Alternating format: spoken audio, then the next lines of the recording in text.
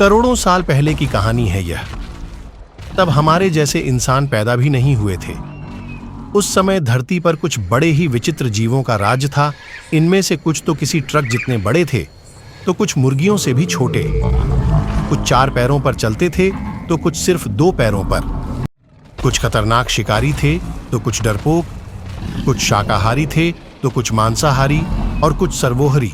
शाकाहारी यानी वनस्पतियों को खाने वाले जंतु, मांसाहारी यानी दूसरे जंतुओं के मांस को खाने वाले, और सर्वोहरी यानी वनस्पति व जंतुओं दोनों को अपना भोजन बनाने वाले को कहते। इन रीढ़धारी जानवरों को आज हम डायनासोर के नाम से जानते हैं। डायनासोर शब्द का अर्थ होता है डरावनी छिपकली। छिपकलियों की तरह डायनासोर भी सरीसृप थे।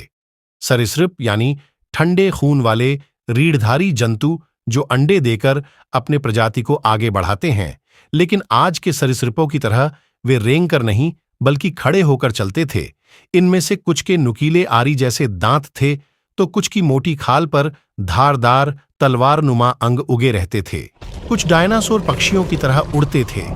आज की छिपकलियों की तरह ठंडी हवा में मस्ती से झपकी लेने के बजाय वे अपने शरीर को गर्म रखने के लिए लगातार दौड़ते भागते रहते थे।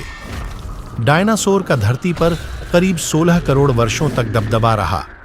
वे धरती में जन्मे किसी भी रीढ़धारी जीव से ज्यादा लंबे समय तक जीवित रहे। करीब 6.5 करोड़ साल पहले डायनासोर बड़े ही रहस्य ढंग से धरती से गायब हो गए। तो फिर हमें उनके बारे में कैसे पता लगा? असल में धरती के चट्टानें खुद पर जीवन की कहानी उकेरती रहती हैं। करोड़ों वर्षों के दौरान रेत और मिट्टी की परतें झीलों व समुद्रों के तलहटी में इकट्ठा होती रहती है। लाखों वर्षों में यह ठोस होकर चट्टानों में बादल जाती है। इन परतों के बीच अलग अलग समय में जीव जंतुओं और वनस्पतियों के अवशेष भी दब जाते हैं और अपनी छाप छोड़ देते हैं। बाद में यही छाप चट्टानों की परतों के बीच इन जीव जंतुओं की आकृतियों के रूप में स्थायी हो जाती है। ये आकृतियां जीवाश्म कहलाती हैं। जीवाश्म यानी किसी जमाने में जीवित प्राणी के चट्टानों में छपे अवशेष। इतिहास के अलग अलग कालखंडों में उकेरे गए जीवाश्म से प्राचीन सूक्ष्म जीवियों से लेकर विशालकाय डायनासोर तक का पता लगाया जाता है। दुनिया के अलग अलग हिस्सों में वैज्ञानिकों ने डायनासोर की हड्डियों के जीवाश्म खोज हैं। इन जीवाश्मों के आधार पर उनके शरीर की बनावट, आकार और व्यवहार का पता लगाया जा सका। कई बार जीवाश्मों से जीव की मृत्यु के कारण का भी पता लग जाता है। अगर ऐसी टाइम मशीन बने जिस पर बैठकर हम डायनासोर युग में जा सके, तो हम खुद को किसी दूसरी दुनिया में महसूस करेंगे। डायनासोरों के जमाने को मेसोजोइक काल कहते हैं। मेसोजोइक काल का मतलब है मध्य जीवन, यानी आज से 25 करोड़ से लेकर 6.5 करोड़ वर्ष पहले का समय अंतराल। इसके अंतर्गत 3 उपकाल आते हैं। पहले है त्रियासिक काल, दूसरा है जुरासिक काल और तीसरा है क्रिटेसिसस काल। उस समय से लेकर अब तक दुनिया इतनी बदल चुकी है कि आज यह बिल्कुल अलग दिखाई देती है। आज धरती पर महाद्वीप अलग अलग दिखाई देते हैं।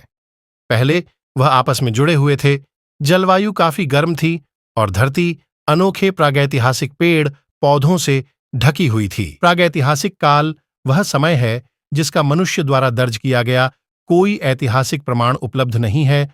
मनुष्य प्रजाति के जन्म से पहले के सभी जीव प्रागैतिहासिक कहे जाते हैं। मेसोजोइक काल को 3 खंडों में बांटा जाता है: ट्रायसिक काल, जुरासिक काल और क्रिटेशियस काल। डायनासोर इन तीनों कालखंडों में मौजूद थे, लेकिन यहां हम केवल जुरासिक काल के डायनासोर पर बात करेंगे। जुरासिक काल की जलवायु ठंडी व नम थी, जिसने डायनासोरों को पनपने में बहुत मदद की। प्रचुर वर्षा से उनके खाने पीने के लिए पर्याप्त वनस्पतियां पैदा होती थीं और इस तरह से वे फल फूल कर खूब बड़े होते गए। करीब 16 करोड़ वर्षों तक डायनासोरों ने धरती पर राज किया। ऐसा माना जाता है कि 6.5 करोड़ वर्ष पहले एक बहुत बड़ा उल्का पिंड धरती से टकराया। जिन्हें उल्का पिंड के बारे में नहीं पता, उन्हें मैं बता दूं कि सूर्य का चक्कर काटने वाला चट्टानी आकाशीय पिंड को ही हम उल्का पिंड कहते हैं। अनुमान है कि यह उल्का पिंड करीब 10 किलोमीटर चौड़ा था। इसकी टक्कर से इतनी धूल उठी और इतना धुआं पैदा हुआ कि जीव जंतुओं के लिए सांस लेना दूभर हो गया। धूल और धुएं के बादलों से पूरा वायुमंडल भर गया। सूरज की गर्मी व उजाले का धरती तक पहुंच पाना असंभव हो गया। इस दुर्घटना से पृथ्वी के जलवायु में भारी उलटफेर हुए। धरती का 70% जीवन नष्ट हो गया। कुत्ते जितने बड़े करीब करीब सभी जंतु मारे गए। केवल गिने चुने छोटे जीव जंतु जैसे मछलियां, छिपकलियां और कीड़े मकोड़े ही खुद को बचा पाए। डायनासोर की समूची प्रजाति विलुप्त हो गई। अगले करोड़ों सालों के दौरान एक बार फिर अनेक नए जीव पैदा हुए। उनमें से कुछ फिर से विलुप्त भी हुए। अंततः नए जंतुओं की एक शाखा जो 2 पैरों पर चलने वाले बंदरों के रूप में विकसित हुई और उन्हीं के वंशज आज के सबसे बुद्धिमान जीव मनुष्य है।